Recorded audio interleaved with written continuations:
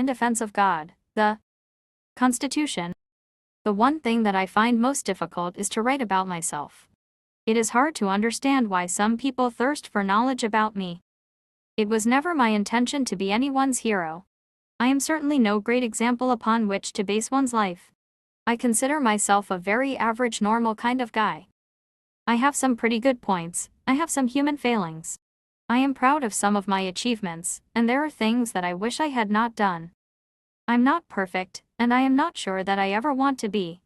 But it is certain that I do not belong on anyone's pedestal. I am a man with a message. And the message will be accepted by only a few. To those few who will understand, I am your brother. Maybe we can change the future for the better. William Moore, in his disinformation publication entitled Focus, said that I am a fundamentalist preacher. 20 years ago that would have been a compliment, but today it implies sleaziness. That is why he said it. I am not, and have never been, any kind of preacher. I am not starting a church. I am not developing a religion. I do not belong to any organizations. I do not have an entourage. There is no cult, and I am not a cult leader. No one camps out around my house. People have called radio talk shows claiming to have first-hand knowledge that I am a notorious radical right-wing extremist. Others have said they have proof that I belong to a white racist organization. Someone said that they found my name on a list of Communist Party members. A man in Los Angeles, always the same voice, calls when I am on radio claiming that I am an alcoholic. The truth is, most of my close friends and acquaintances consider themselves to be liberal Democrats. My only political stance is constitutional. My wife is Chinese. That rules out the racist propaganda. I fought the communists in Vietnam. I will fight them again, if necessary, but only on United States soil. I used to drink a lot of alcohol in my younger days. As I became older, the booze dwindled to a trickle. Now I do not drink much at all. Most of my friends have never seen me take a drink. Annie and I are fond of using wine in our cooking. The lies, no doubt, will continue. For the purpose of keeping everything in perspective, let's all understand that attempts to assassinate my character will continue and in all probability will become worse. Rather than let that get in the way, I want you to believe everything bad that you ever hear about me. See if that changes anything that I have been trying to tell you. See if it negates any of the proof. I believe that is the easiest way to handle those attacks. You who are sincerely interested in knowing will seek out me, or those who are intimately close to me. Those who do are the only ones who will ever really know who and what I am. My ancestors came from England, Scotland, and Ireland. I had relatives who fought on both sides in the Civil War. And some who fought in the Indian Wars. One of my ancestors was a horse thief in Texas. I don't know for sure, but I think he got hung for it. When I was a little boy, I heard whispers that there was some Cherokee blood in the family. Every time I asked about it, I was told to shut up. I never could figure out why everyone was afraid to talk about the Indian blood. I thought, and still think, that it is something of which to be proud. I have since discovered that the old folks in my family, like the old folks in almost every family, thought there was some stigma attached to being part Indian. In the old days on the American frontier, people lived by hard rules. If you weren't accepted by your neighbors, you were more than likely to end up dead. My paternal grandmother's family, named Vance, traveled to Texas in a covered wagon and were some of the first settlers in the area of Odessa. My great-grandfather Vance was a real cowboy who eventually became one of the first oil field workers. My great-grandmother Vance told me that one of their first homes was a dugout on the prairie. My great-aunt sister owned a photo of her father, my great-grandfather Vance, standing in front of a saloon beside his friend. Both men had 6 guns stuck in their belts. When she was about 84 or so, she told me that my great-grandfather Vance had gone off to do some work for a rancher. It was during a particularly nasty Indian uprising. My great-grandmother was a newly married young woman at the time. She rose early one morning and saw smoke rising from the direction of one of her neighbors. Soon a war party of 5 young braves rode up to her dugout. She told me that she was scared to death but knew if she showed it they would kill her for sure. The Indians were hungry. Great-grandma Vance made them get down off their ponies, dragged them inside and fed them. They didn't harm her. After filling their stomachs, they rode off in the direction where she saw smoke rising later that afternoon. She said that she learned later that she was the only one in the area that had not been burned out or killed. She was a very brave woman. Great-Grandma Vance died in a car accident just a short time after telling me that story. I thought it was a very strange way for her to die. She went from covered wagons to Fords and Boeing 707s. Grandma Vance saw just about everything that ever was important in this world happen in her lifetime. My paternal grandfather's family also rode across the country in a covered wagon. They strayed a little north, however, and ended up in the Indian Territory now known as Oklahoma.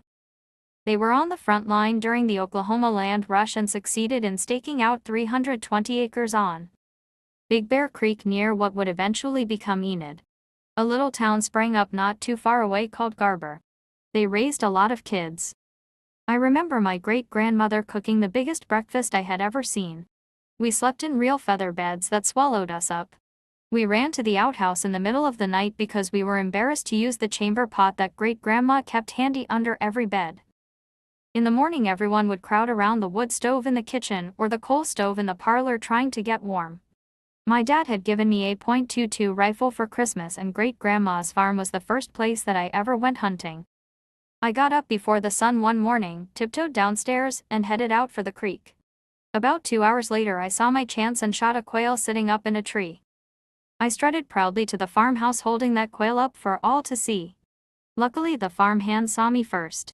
He burst out laughing and asked me what I thought I was doing with that sparrow. I ran off and buried that bird and never said a word to anyone. I learned later that quails don't sit in trees. For those who may think this to be a terrible thing, I must tell you that every boy in those days was given a rifle and taught to hunt. During hunting season many a family managed to put aside some extra money because the boys brought home meat from the hunt. That money saved was sorely needed. It was considered a duty for a citizen to own a gun in order to carry out the intent of the Second Amendment to the Constitution. As long as the citizens owned guns, the government could never become oppressive. My mother's family came from Scotland and settled in North Carolina. They were hardworking and thrifty folk. Most of them were poor. I never knew much more about my mother's family. I don't even remember anyone talking much about them. I know that my grandmother, Nellie Woodside, was forced to give up some of her children when her husband died. There was not enough money to feed all of the kids. My mother was one of those chosen to live in a children's home until things got better. No one ever talked about my mother's father. When I asked about my grandfather I was told, "Red was no good, and you just mind your own business." I got the feeling that nobody liked him. He died before I entered this world. I was born May 6, 1943. I was reared in a military family. My father is USAF Col. Ret. Milton V. Cooper. He prefers to be called Jack, the nickname given to him by the family when he was a boy. Dad began his Air Force career as a young cadet flying biplanes and retired as a command pilot with thousands of hours to his credit. I have a picture of him standing in front of an old biplane in his leather jacket and his cap with the ear flaps. My mother and father. Just like Snoopy wears. I can remember the pilots gathered around the kitchen table talking about the planes and telling stories. Sometimes they discussed strange things called Foo Fighters or UFOs. When we were lucky they got out the projector and showed Kodachrome slides. That was a special treat. By the time I was 8 years old, I think I had already seen and been inside every plane the Air Force, which used to be the Army Air Force, had ever owned. I had flown in several. I had seen many of them crash and had friends who had lost their fathers. I remember one night in the Azores at Lodges Field. We were at the base theater watching a movie when the projector ground to a stop, the lights came on and a plea was made for blood donors.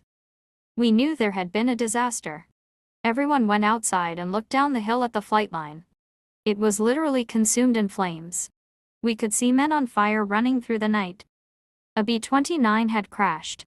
I forget if it had been taking off or landing, but I will never forget the scene that was spread before me on that night. No one went back to the movie even though we had only seen half. I was 9 years old but felt much older. I had seen many crashes, and I would see many more in the years to come. But I never saw anything that could ever compare to the wreckage, the fire, the devastation, or the loss of life caused by the crash of that B-29. We left the Azores a year later. As we climbed into the sky I looked out the plane window. I could still see pieces of the wreckage where it had been pushed away from the runways. It was that incident that gave me an appreciation of the dangers that my dad faced on a daily basis. I knew then how lucky we were to see him walk in the door. Aviation wasn't safe in those days, especially for military pilots. We all knew families that had lost someone in a crash. I didn't always love my father. He was a strict disciplinarian. My dad did not believe in spare the rod, and his belt was put to use frequently in our family. I was a very sensitive but willful child. Rules didn't mean much to me until I got caught breaking them. Many times I was the focus of his anger.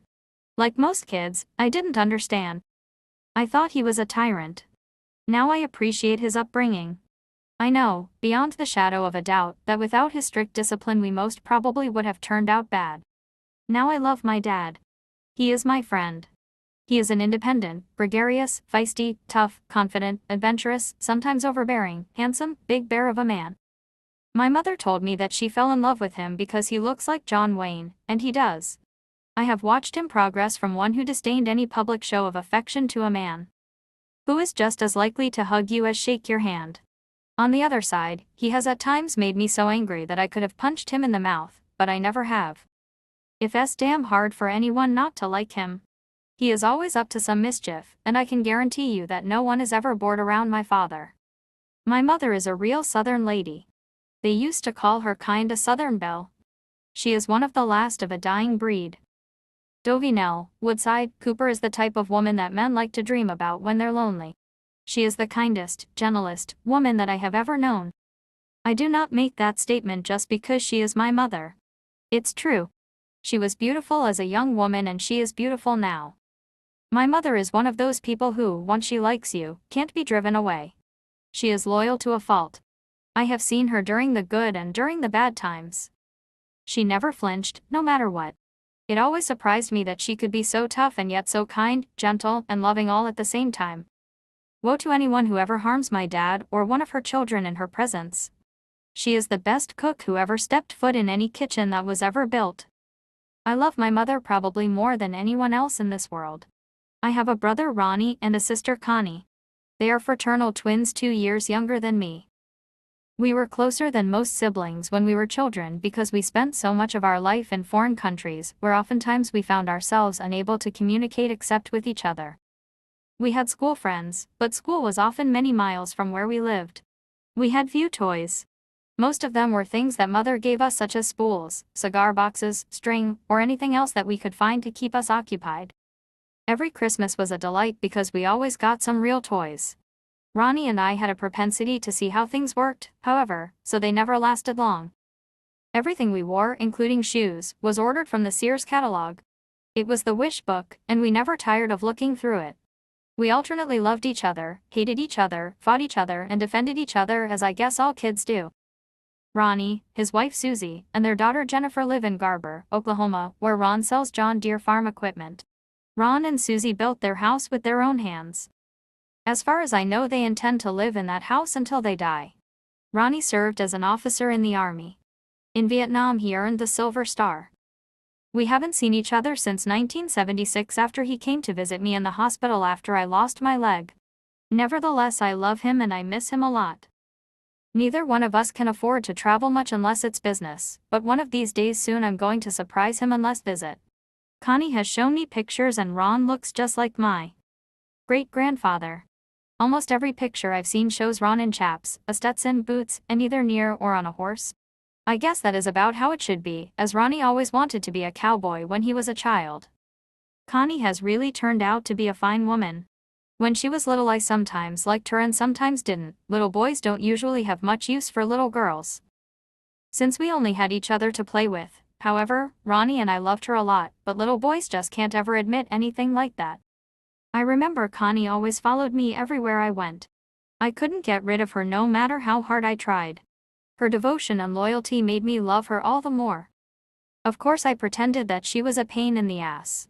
As we grew older and began to realize that there was a really big difference between boys and girls, Connie began to take on an air of mystery. From that time until I was about 18 she baffled me completely. I remember when she was around 13 or so she would throw temper tantrums when she got angry. She would stomp her feet, scream, run to her room and then slam the door.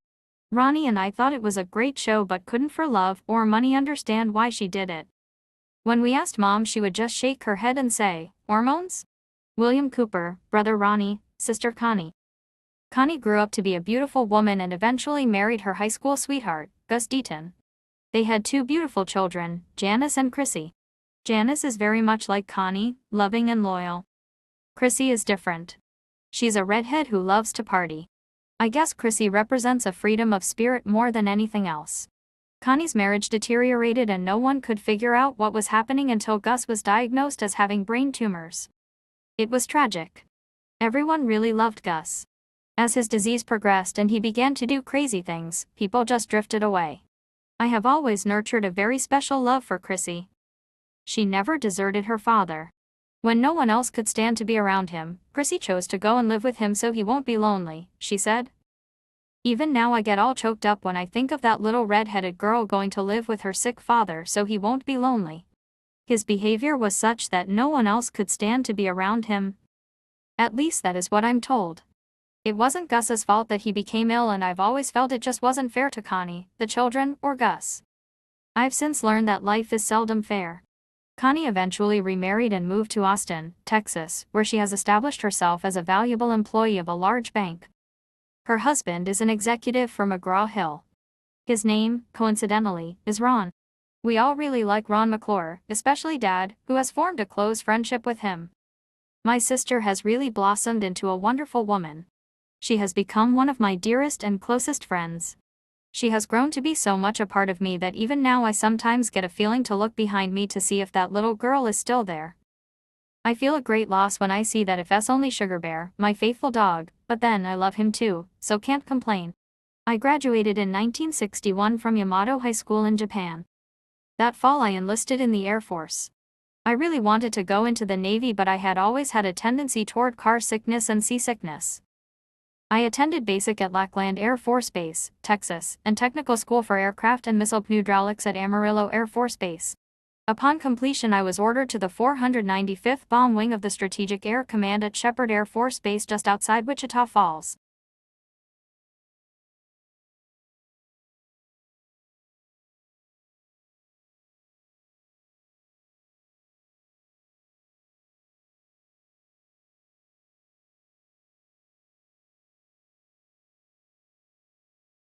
Seal of Amenti, which appear as a buildup of electrical particles within the etheric body called miasms, which distort the natural functioning of the. Then I love him too, so can't complain.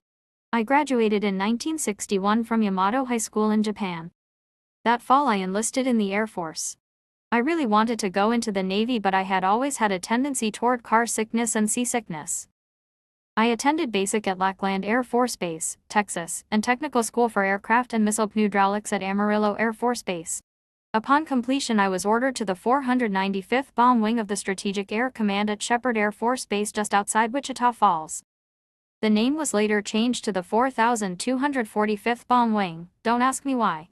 In just a short time I had gone from a skinny kid who didn't know much about anything, even though I thought I did, to an airman who had a secret security clearance and worked on B-52 bombers, KC-135 refuel aircraft, and Minuteman missiles. I saw real atomic bombs. I worked around them on a daily basis.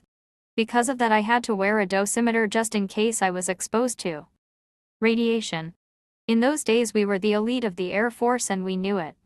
I received a letter of commendation for my work.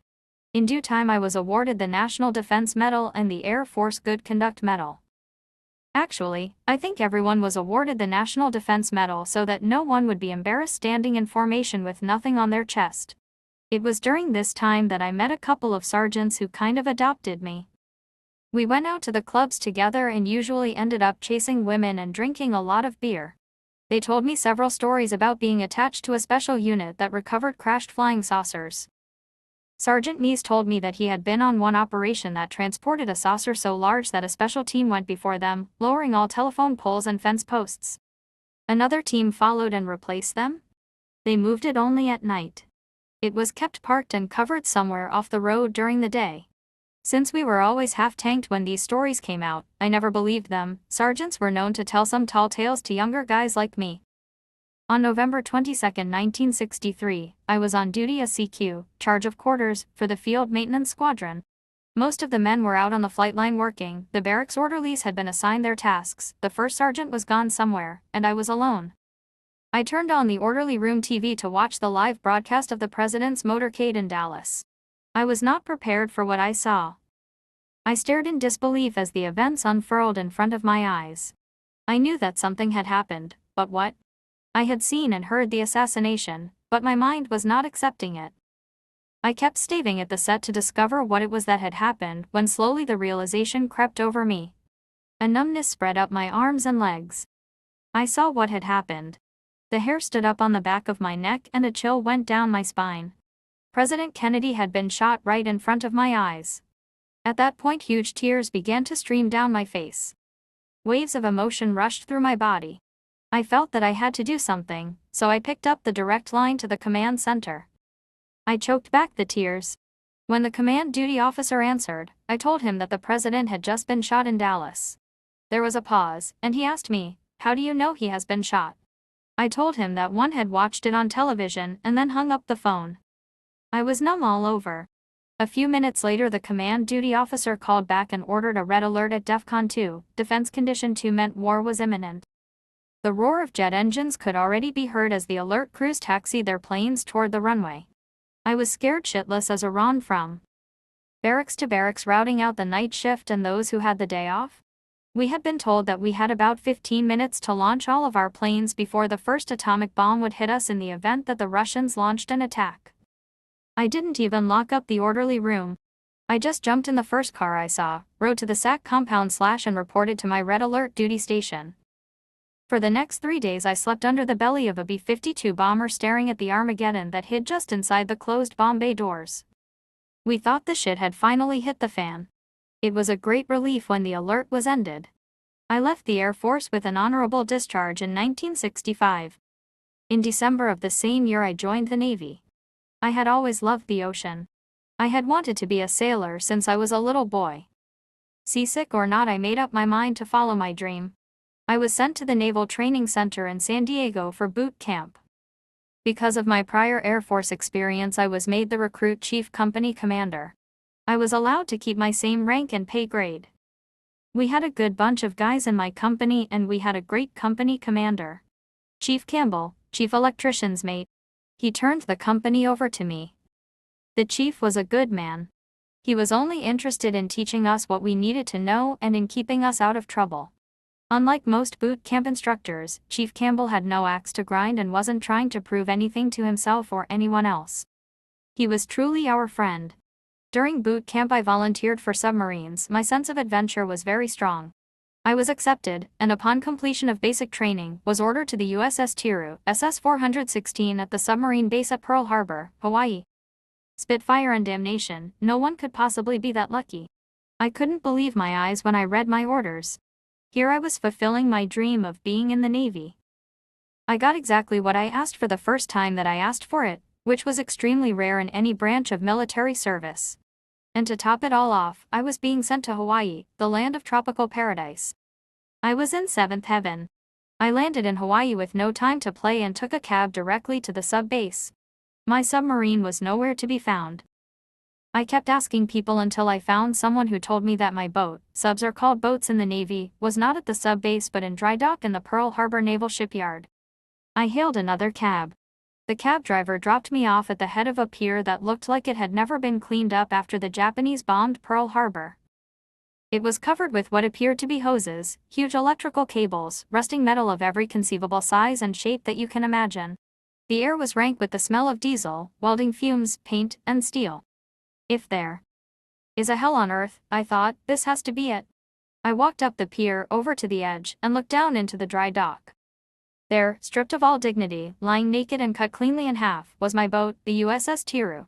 Men were scrambling all over it. They looked like ants swarming over a dead grasshopper. Brilliant flashes of light brighter than the sun drove sparks high into the air and then down in a beautiful flow to the bottom of the dock. I couldn't believe my eyes. Someone actually expected me to go out to sea, then underwater, in what appeared to me to be a motley collection of cut-up rusting metal scavenged from some satanic junkyard, stuck together by demons with welding torches. My luck had just run out. I reported to the barracks barge moored in the water on the other side of the pier and was given a hammock for when I had the duty. Then I was sent to the sub-base barracks where I was assigned a rack and a locker. I wanted to go into Honolulu but quickly discovered non-quals did not rate Liberty. It was getting worse. The next few months were spent sanding, painting, lifting, and learning the boat. The men of the crew, except for the chief cook, were great. The chief cook was drunk every minute of the day and night. He didn't like me, so I didn't get much to eat. His dislike stemmed from my first morning when I walked into the galley and watched as the other crew members ordered their breakfast. When there was an opening, I stepped up and asked for eggs over easy.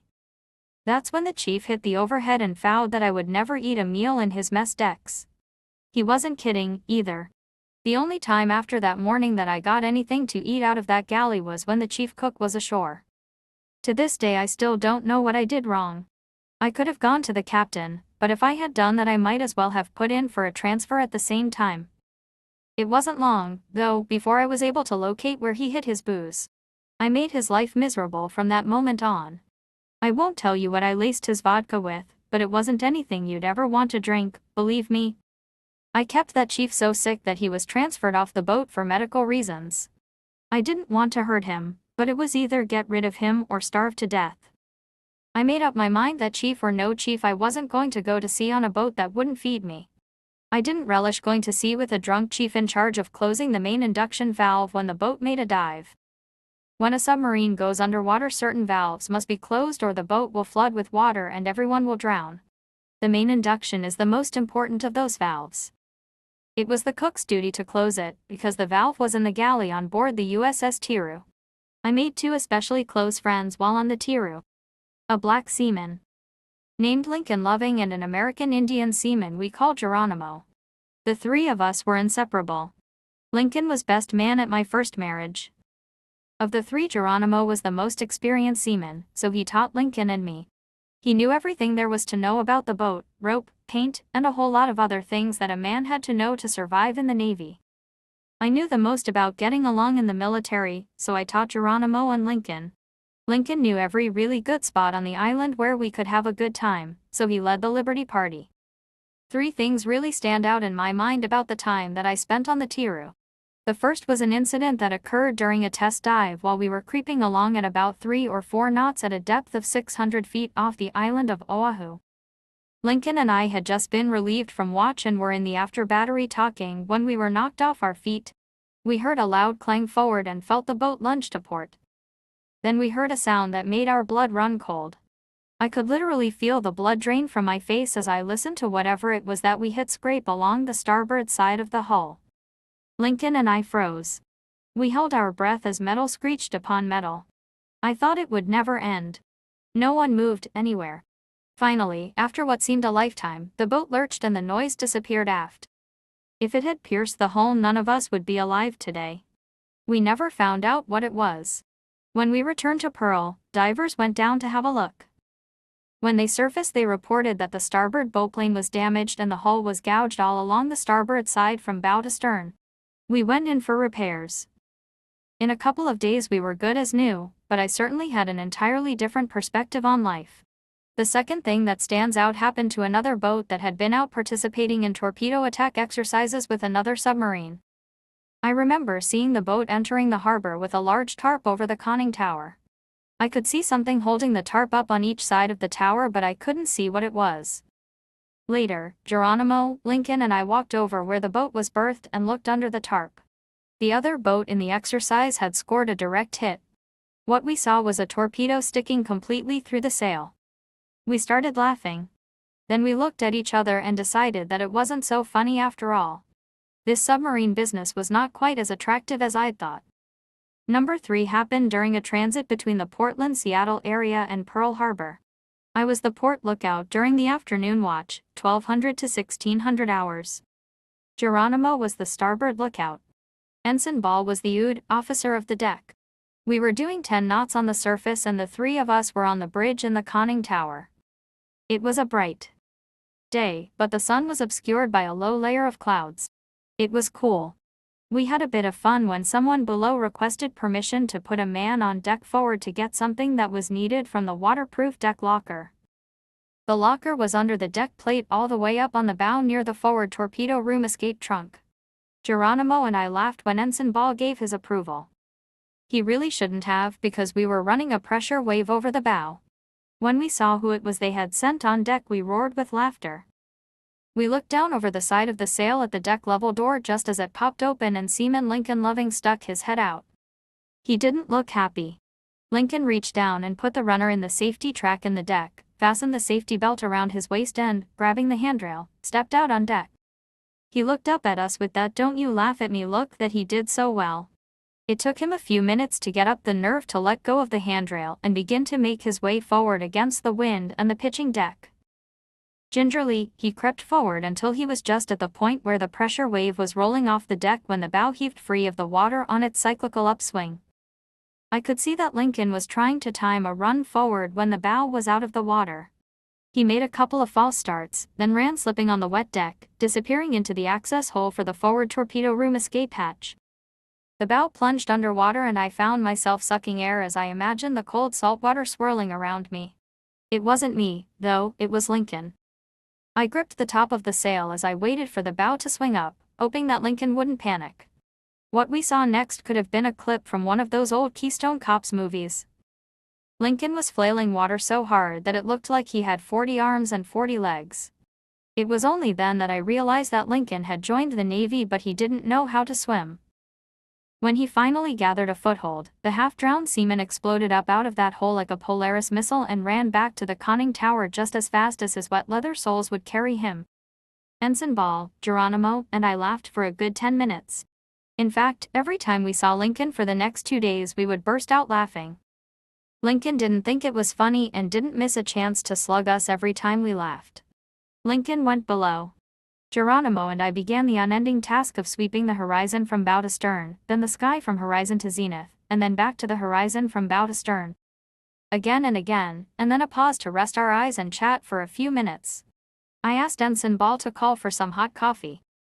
As he bent over the 1MC, I turned, raising my binoculars to my eyes just in time to see a huge disk rise from beneath the ocean, water streaming from the air around it, tumble lazily on its axis, and disappear into the clouds. My heart beat wildly. I tried to talk but couldn't, then I changed my mind and decided I didn't want to say that, anyway. I had seen a flying saucer the size of an aircraft carrier come right out of the ocean and fly into the clouds. I looked around quickly to see if anyone else had seen it. Ensign Ball was still bending over the imp. He was ordering coffee. Geronimo was looking down the starboard side aft. I was torn between my duty to report what I had seen and the knowledge that if I did no one would believe me. As I looked out over the ocean I saw only sky, clouds, and water. It was as if nothing had happened. I almost thought I had dreamed it. Ensign Ball straightened, turned toward Geronimo and said the coffee was on the way up. I looked back toward the spot, about 15 degrees relative off the port bow, and about 2 1/2 nautical miles distant. Nothing, not even a hint of what had happened. Ensign Ball, I said, I thought I saw something about 15 degrees relative off the bow, but I lost it. Can you help me look over that area? Ensign Ball turned, raising his glasses to eye level. I didn't know it at the time, but Geronimo had heard me and turned to look. He was happy that something had broken the monotony. I was just lifting the binoculars off my chest when I saw it. The giant saucer shape plunged out of the clouds, tumbled, and, pushing the water before it, opened up a hole in the ocean and disappeared from view. It was incredible.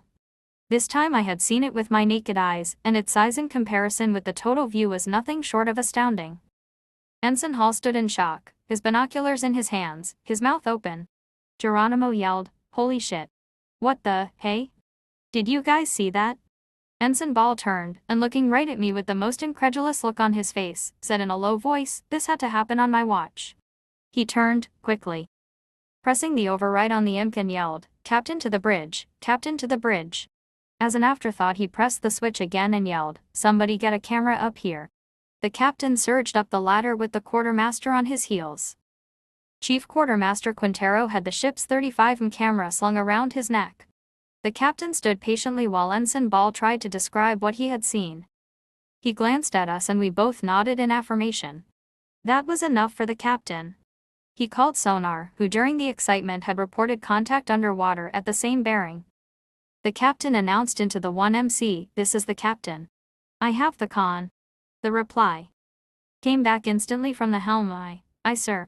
I knew that the helmsman was passing the word in the control room that the captain had personally taken control of the boat.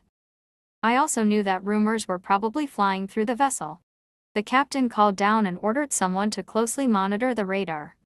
His command was instantly acknowledged. As the five of us stood gazing out over the sea, the same ship, or one exactly like it, rose slowly, turned in the air, tilted at an angle, and then vanished. I saw the chief snapping pictures out of the corner of my eye. This time I had 3 images from which to draw conclusions. It was a metal machine, of that there was no doubt whatsoever. It was intelligently controlled, of that I was equally sure. It was a dull color, kind of like pewter. There were no lights. There was no glow. I thought I had seen a row of what looked like portholes, but could not be certain. Radar reported contact at the same bearing and gave us a range of 3 nautical miles. The range was right on, as the craft had moved toward the general direction that we were headed. We watched repeatedly as the strange craft re-entered the water and then subsequently rose into the clouds over and over again until finally we knew that it was gone for good. The episode lasted about 10 minutes. Before leaving the bridge, the captain took the camera from the chief and instructed each of us not to talk to anyone about what we had seen. He told us the incident was classified and we were not to discuss it, not even amongst ourselves. We acknowledged his order. The captain and the chief left the bridge. Ensign Ball stepped to the 1MC and, pressing the override switch, announced, "This is Ensign Ball. The captain has left the bridge. I have the con." The reply, "Aye, sir," quickly followed. Those of us who had witnessed the UFO were not allowed to go ashore after we had berthed in Pearl. Even those of us who didn't have the duty were told we had to stay aboard. After about 2 hours, a commander from the Office of Naval Intelligence boarded. He went directly to the captain's stateroom. It wasn't long before we were called to wait in the passageway outside the captain's door. Ensign Ball was called first. After about 10 minutes he came out and went into the wardroom. He looked shaken. I was next. When I entered the stateroom, the commander was holding my service record in his hands.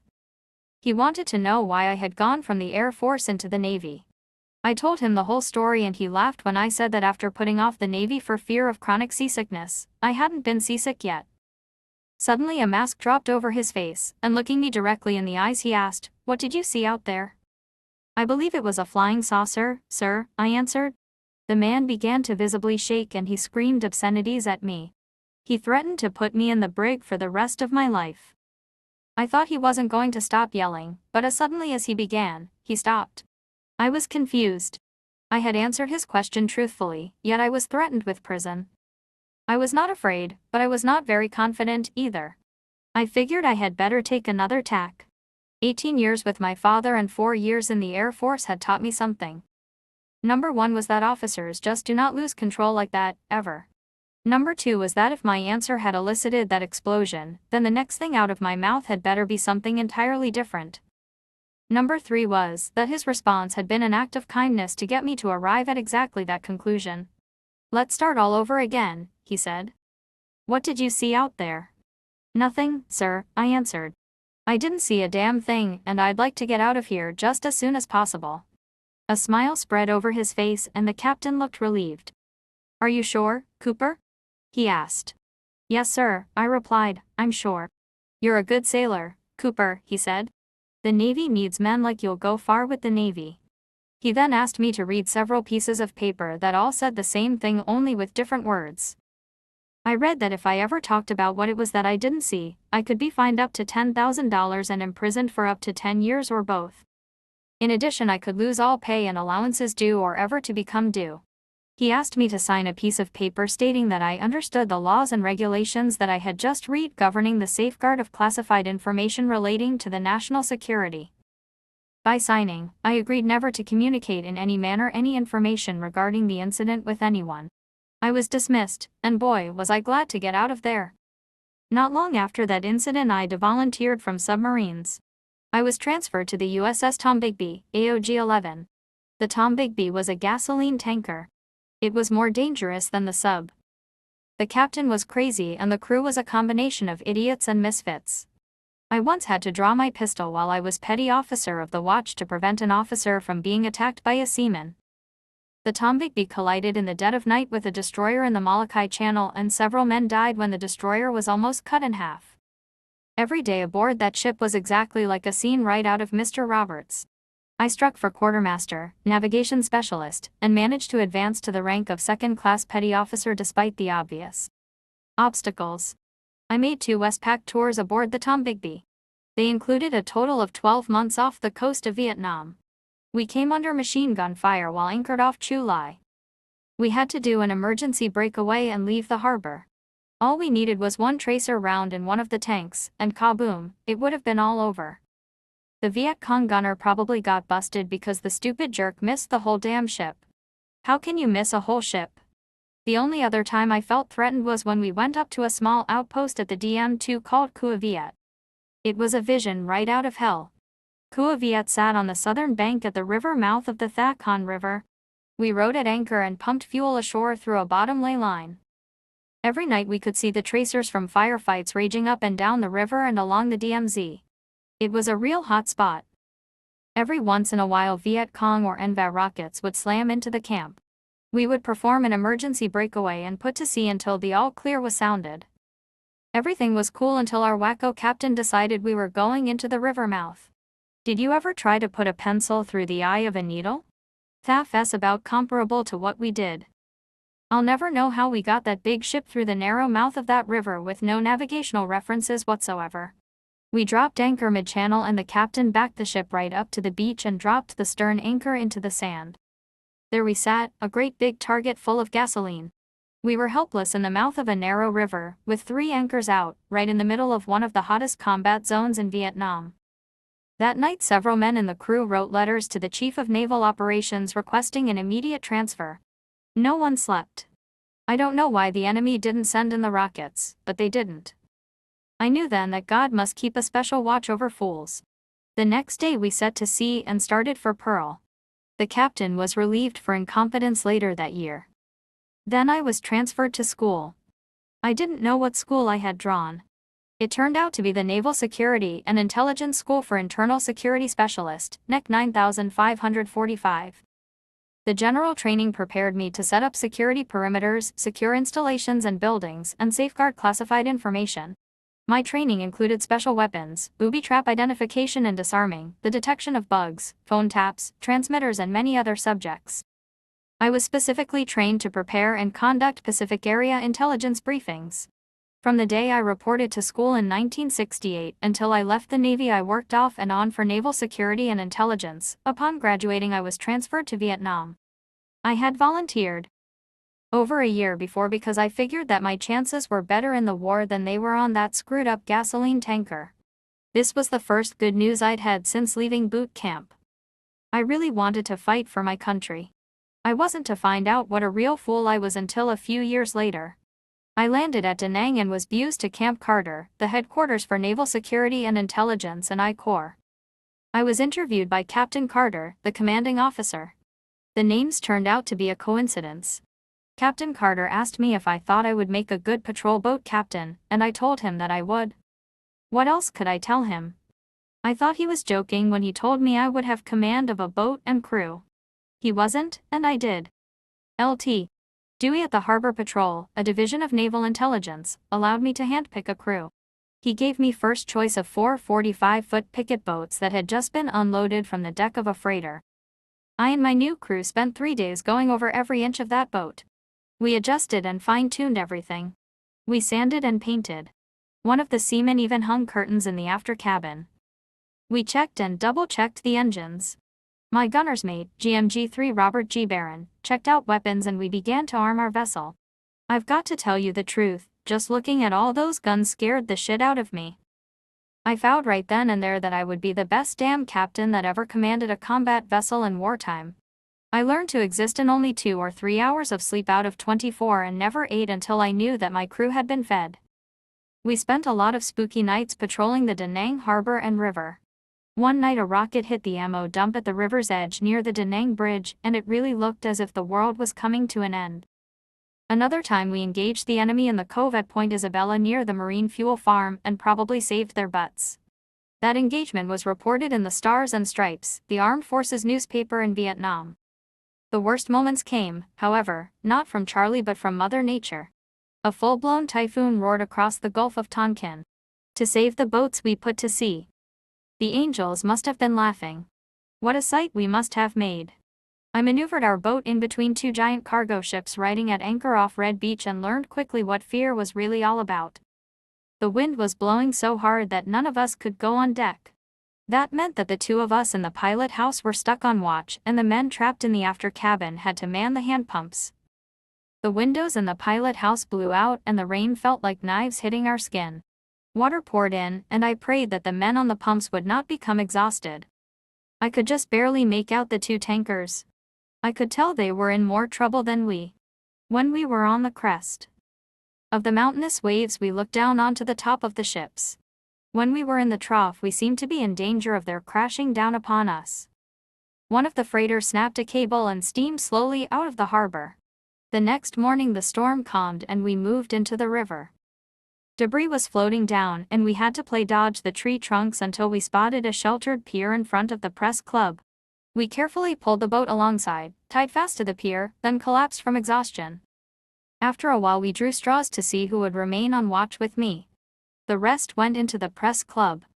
After a couple of hours the crew returned and we went in. It was like nothing was going on outside. Reporters sat around drinking or eating. All around flowed conversation and laughter. We ordered a huge meal, signed Lt. Dewey's name to the check, then went out to the boat. I don't know whose name the other guy signed, but none of us had any money. I don't even know if Lt. Dewey ever got the bill. I do know that it was one of the best damn meals that we ever had in that country. The next 2 days were spent in repairing the boat, cleaning the weapons, and checking everything. Then we went to the club, got stone drunk, and slept for damn near a whole other day. Bob Barron volunteered for Cua Viet. I begged him to stay with us. Maybe we could all go up later together. He couldn't wait, he had to have action. We promised each other that if one of us bought the farm the other would drink a bottle of scotch in memory, then break the bottle on the rocks. Don't ask me what that was all about. Men who think they might die at any given moment do stupid things and I was no different than most. About 3 weeks later we learned that Bob's boat had gone on 2 Lima patrol on the Thak Han River one night and had never returned. No radio transmissions were ever heard. And for a while no bodies were found. Then one by one they popped to the surface along the bank. It was a long time before we ever found the boat. When we did it was twisted up like a pretzel. I say we, because after I drank the bottle of scotch and broke it on the rocks, I forced the issue and was transferred to the Dong Ha River Support Group at Cua Viet. It was now a personal war. They had killed a part of me. Bob had been my friend. His name is on the Vietnam Memorial. My boat engaged the enemy more times than any other boat that ever patrolled that river. We kept the enemy off the river and I never lost another man. I was awarded the Naval Achievement Medal with Combat V, the Naval Commendation Medal with Combat V, and the Combat Action Ribbon. Our whole organization was awarded the Presidential Unit Citation, the Naval Unit Citation, and each of us accumulated various other minor awards, ribbons, and medals. On a patrol boat, one thing I didn't like about Vietnam was that it was very difficult to maintain unit cohesion and morale when you had proven and trusted men leaving all the time at staggered intervals and green, unproven men arrive to take their place. I noticed that I felt like I was deserting my crew when I was rotated home. I tried to extend my tour of duty, but they had already decided to phase out our forces and turn the war over to the Vietnamese. If I had extended a month earlier, I was told, I could have stayed. My attitude at that point was a smoldering screw it. The whole time that I was in Vietnam and especially on the DMZ had noticed that there was a lot of UFO activity. We had individual 24-hour crypto code sheets that we used to encode messages, but because of the danger that one of them could be captured at any time, we used special code words for sensitive information. UFOs, I was told, were definitely sensitive information. I learned exactly how sensitive when all the people of an entire village disappeared after UFOs were seen hovering above their huts. I learned that both sides had fired upon the UFOs, and they had blasted back with a mysterious blue light. Rumors floated around that UFOs had kidnapped and mutilated 2 army soldiers, then dropped them in the bush. No one knew how much of this was true, but the fact that the rumors persisted made me tend to think there was at least some truth. in them. I found out later that most of those rumors were true. I eventually found myself back in Hawaii. This time it was shore duty at the headquarters of the Commander-in-Chief of the Pacific Fleet at Makalapa, a hill above Pearl Harbor. I had carried a secret security clearance in the Air Force, and secret was required for submarines. When I checked into the Fleet Administration Unit, I was asked to fill out papers for another clearance. I did as I was asked. I remember that one of the questions asked if I had ever belonged to any fraternal organizations. I looked down the list, circled the Damali Society, and answered in the affirmative. I was assigned to the Operational Status Report Office, Ufo'S, under LT. CDR. Mercado while I awaited the results of my FBI background check for the upgraded clearance. About 6 months later I was called into the office of the Chief of Staff for Naval Intelligence. I was asked to read the regulations covering the Personnel Reliability Program governing those personnel who had access to nuclear weapons, information on nuclear weapons, launch codes, and various other things having to do with nuclear weapons or anything that came under HQCR 44. I was asked to read and then sign a security oath, which I did. I was then told by Captain Caldwell that my security clearance had been upgraded to top secret, Q, sensitive compartmentalized information with access authorized on a strict need-to-know basis. He told me to report to the officer in charge of the SINPAC FLT Intelligence. William Cooper is presented with Naval Commendation Medal with Combat v SINPAC FLT Headquarters, 1970. Briefing team the following morning at 0400 hours. I did. What I learned during the time I spent with that briefing team is what led me on my 18-year search that has culminated in the writing of this book. I was later given another upgraded clearance in the crypto category and served as the designated SPECAT operator when I was on watch in the command center. On the day that I learned that the Office of Naval Intelligence had participated in the assassination of President John F. Kennedy and that it was the Secret Service agent driving the limo that had shot Kennedy in the head, I went AWOL with no intention of ever returning. My good friend Bob Swan is the one who talked me into going back. Later, on June 1, 1972, the eve of my wedding, I told Bob everything that I knew about the UFOs, Kennedy's assassination, the Navy, the secret government, the coming Ice Age, Alternatives 1, 2, and 3, Project Galileo, and the plan for the New World Order. I believed it was all true then and I believe it is all true now. I must warn you, however, that I have found evidence that the secret societies were planning as far back as 1917 to invent an artificial threat from outer space in order to bring humanity together in a one-world government, which they call the New World Order. I am still searching for the truth. I firmly believe that this book is closer to that truth than anything ever previously written. I attempted to leak information to a reporter after my discharge. I was forced off a cliff by a black limo in the hills of Oakland. 2 men got out and climbed down to where I lay covered in blood. One bent down and felt for my carotid pulse. The other asked if I was dead. The nearest man said, "No, but he will be." The other replied, "Good, then we don't have to do anything else." They climbed up and drove off. I succeeded in climbing up the bank where I waited until found. A month later I was forced into another accident by the same limo. This time I was to lose my leg. 2 men visited me in the hospital. They only wanted to know if I would shut up or if the next time should be final.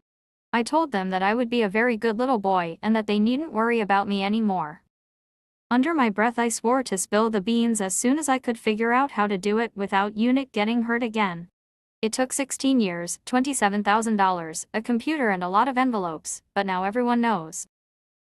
I went back to school after leaving the Navy and obtained a degree in photography, served as the chief instructor of the Coastal School of Deep Sea Diving, the head of the Mixed Gas Deep Saturation Diving Department, and the underwater photography instructor for the College of Oceaneering, admissions representative for Airco Technical Institute, assistant director of Adelphi Business College, executive director of Adelphi Business College, national marketing coordinator of United Education and Software, Executive Director of Pacific Coast Technical Institute, and Executive Director of National Technical College.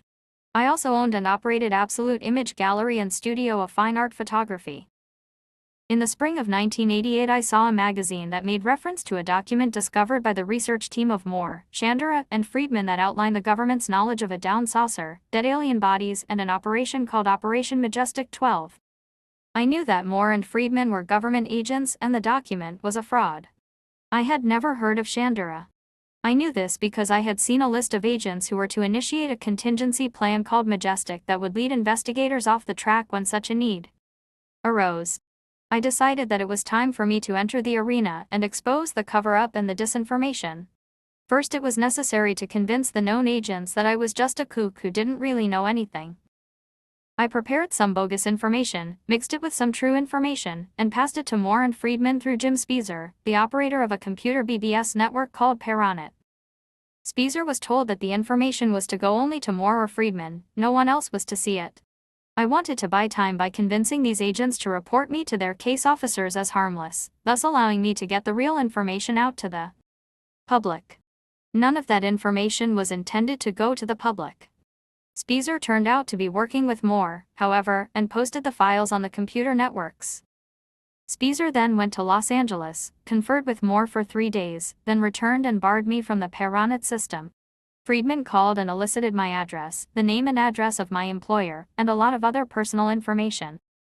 I knew that I was being checked out through the intelligence network and played along. About 1 week after talking to Friedman, 2 Defense Investigative Service agents showed up at my home and confiscated all my floppy disks. The only thing that prevented them from taking my computer was the fact that it was an XD with no hard drive. I knew that my plan had worked because they didn't take me. With the help of Annie and a few very close and trusted friends, I prepared the real information, as true and correct as I could remember, and together we did a mailing that, all total, cost me $27,000. We sent the packages to people all over the world. That is what prevented the government from arresting me or harming me. Any move by them would be interpreted as total confirmation of everything that I had revealed. I also uploaded the information onto computer bulletin boards all across the nation. At the same time, I publicly stated that Moore, Chandra, and Friedman are government agents and that the Eisenhower briefing document is a fraud. I was attacked by everyone. They insisted that Moore, Chandra, and Friedman were above reproach. I resigned effective April 15, 1989, from the college where I was the executive director after Jamie Chandra was seen poking around the grounds. That story is included later in this book. The loss of income was a serious blow.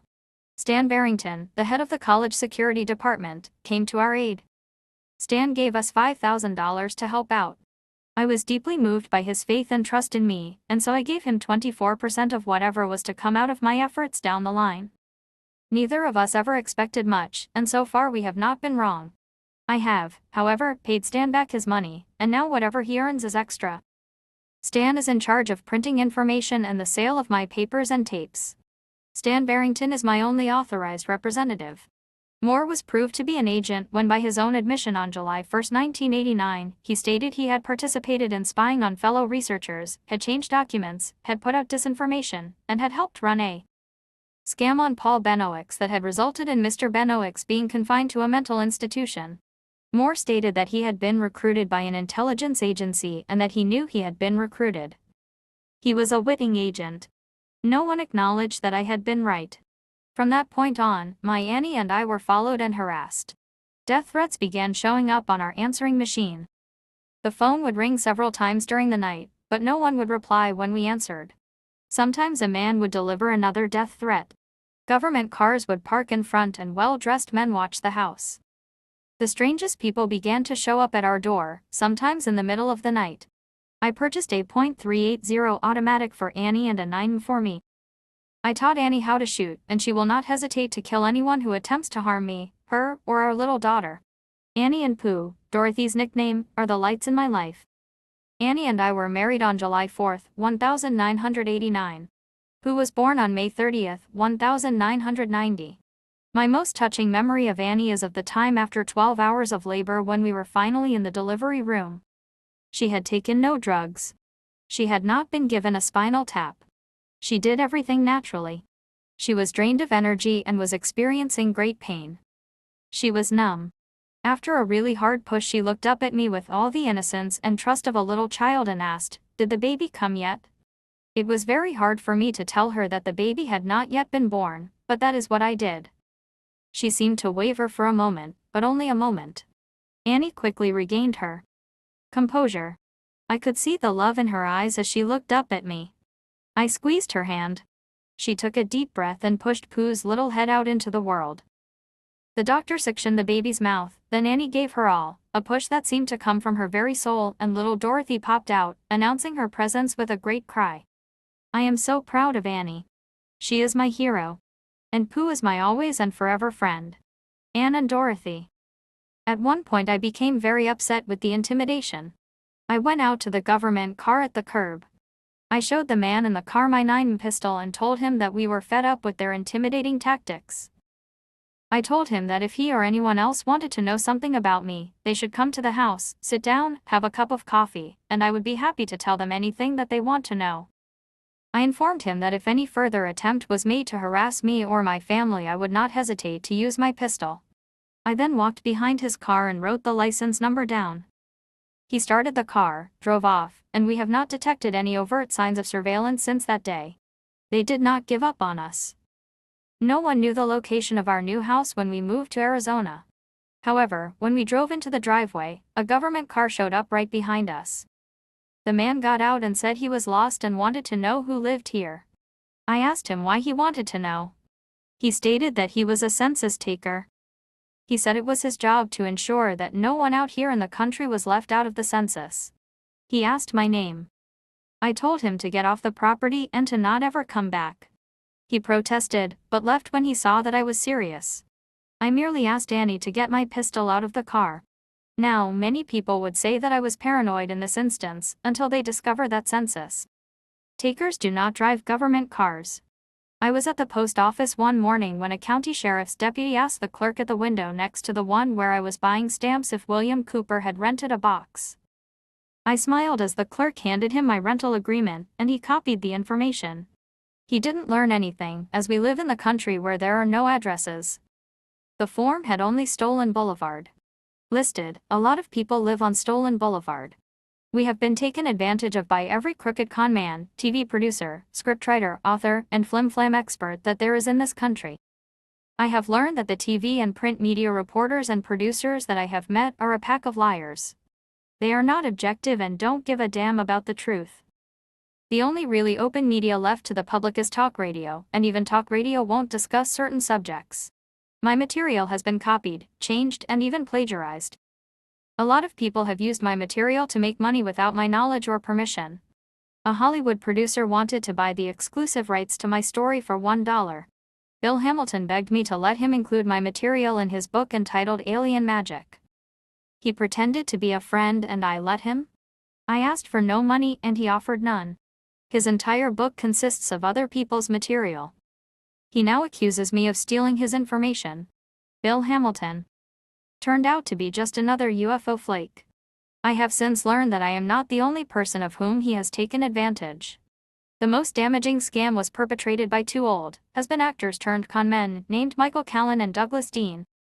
I doubt seriously that you will remember either one. Callen was a regular in the cheapy Teen Beach Blanket movies and Dean never got beyond bit parts and chorus lines.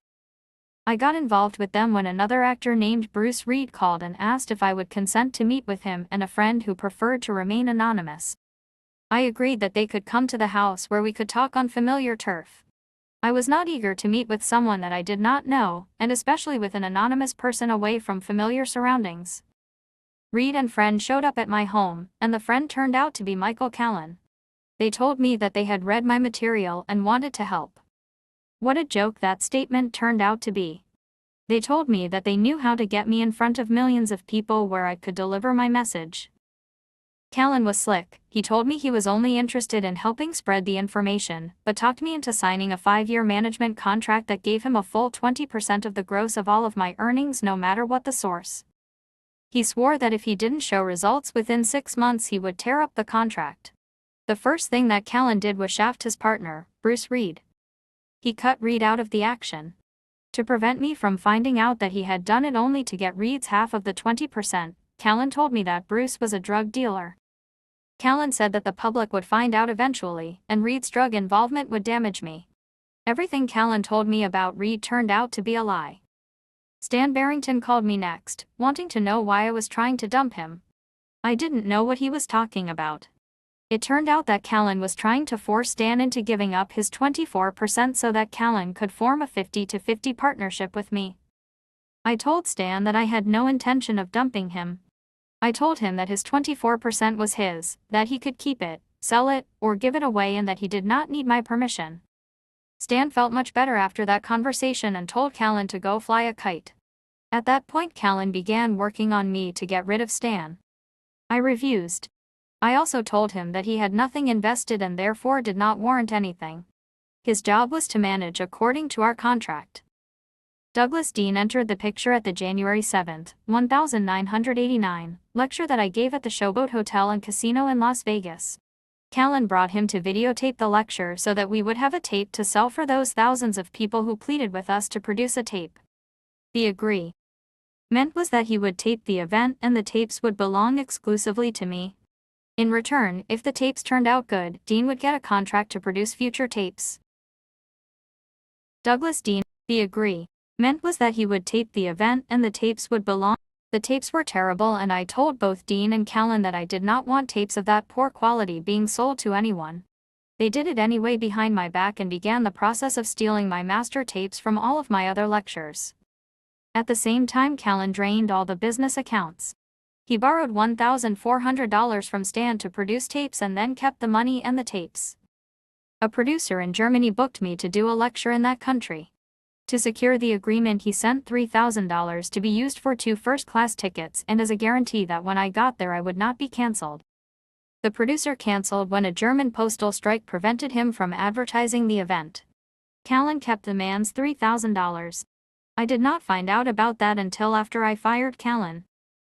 At my lecture in San Diego at the Whole Life Expo I found out that Dean was selling tapes and asking people to make checks out to Need to Know Productions, a phony company. I immediately fired Dean. I informed Callan that we were to do no more business with him whatsoever. I discovered that Callan was telling me that we were having tapes duplicated in Hollywood for $15 per tape, but in reality Dean was doing it on VCRs at his home in Arizona. I asked Callan to return all of my master tapes for all my lectures. He refused and I fired him. When I got rid of Callan, he had stolen everything that we had. We were literally left penniless. He was in possession of all of our master tapes from all of my lectures. We were broke and homeless at that point. If it had not been for a few good friends in Minnesota, we would not have survived. We would be in the streets today. Callan and Dean continue to injure us by selling tapes from my lectures. We get nothing from those sales. They are the most despicable con men and thieves that you can imagine. I paid a visit to Dean's home one Saturday morning to ask him for my master tapes. He was not home, and after a polite conversation with his handyman, I returned to my home. A few days later the sheriff's department called and asked me if I had been to Dean's home that same Saturday. I told him that I had. He asked me if I had tried to break in Dean's home and I told him that I had not. He thanked me and that was the end of it. I had no idea what it was all about until I was served with a retraining order. It seems that Dean's guilty conscience had made him afraid that I would return. He slit his own tires, made a report to the sheriff that I had done it, and then procured a restraining order from the local court. I have never been questioned or accused by the police or sheriff other than what I have already disclosed. I believe that their goal from the very beginning was to try and destroy my efforts at educating the American people. They damn near succeeded.